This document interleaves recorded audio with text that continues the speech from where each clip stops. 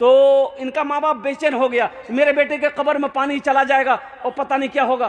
तो उलमा से मशवरा किया कि हजरत कब्र को खोद के लाश निकाल लें। तो कुछ लोगों ने कहा कि लाश मिलेगी कहां, 10 साल हो गए। खोद लो, कब्रें खोदी, लाश निकाला, कुर्बान जाओ अल्लाह अकबर कबीरा। इस तस्वीर को अभी भी देखता हूं मैं, ऐसा लगता है ये बच्चा अभी अभी कब्र में सोया, अभी कब्र में सोया है। यह हाफिज कुरान था, 10 साल के बाद इसको कब्र से निकाला गया। इसका चेहरा जब कफन से हटाया गया तो ऐसा मालूम हो रहा था यह बच्चा अभी सोया। हाफिज कुरान की वो शान है, हाफिज कुरान की वो शान है।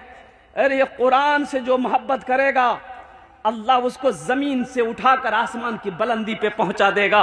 कुरान से मोहब्बत करो, अपने बच्चे को हाफिज कुरान बनाओ, अपने बच्चे को आलिम दीन बनाओ, अपने बच्चे को कुरान पढ़ाओ।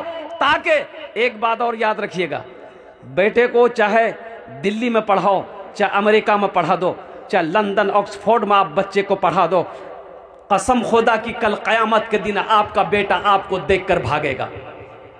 अल्लाह का कुरान कहता है बाप बेटे को देखकर भागेगा, भाई भाई को देखकर भागेगा, दोस्त दोस्त को देखकर भागेगा, बीवी बीवी शौहर को देखकर भागेगी, शौहर बीवी को देखकर भागेगा। काहे हशर के मैदान में कि हमसे कोई कुछ मांग ना ले। लेकिन सुनो, अगर अपने बेटे को कुरान पढ़ा दिए हो तो बेटा भागेगा नहीं, बाप को हशर के मैदान में ढूंढेगा, मेरा बाबा कहाँ है, बाप के हाथ को पकड़ेगा, अल्लाह के सामने खड़ा कर देगा, मौला मैं तेरा हाफिज कुरान हूं, मेरा ये बाप है। अल्लाह अकबर कबीरा। अल्लाह उस हाफिज कुरान, उस आलिम दीन के बाप के सर पे ताजे वकार सजाएगा, ताज पहनाएगा। क्या पहनाएगा? एक हाफिज कुरान 10 आदमी को जन्नत में लेकर जाएगा। कितने को लेकर जाएगा? एक वकील साहब कितने को लेकर जाएगा? हैं?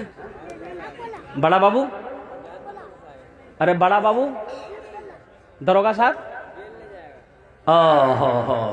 एक हाफिज कुरान 10 आदमी को जन्नत में लेकर जाएगा।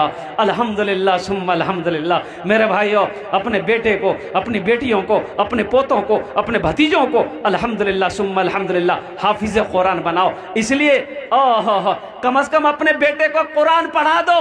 अरे मुसलमानों, मर जाओगे, कम से कम यही बेटा कुरान पढ़कर अगर दुआ के लिए हाथ उठा दिया तो शायद अल्लाह कुरान के सदक़े में आपके गुनाहों को माफ फरमा दे, शायद अल्लाह माफ फरमा दे गुनाहों को।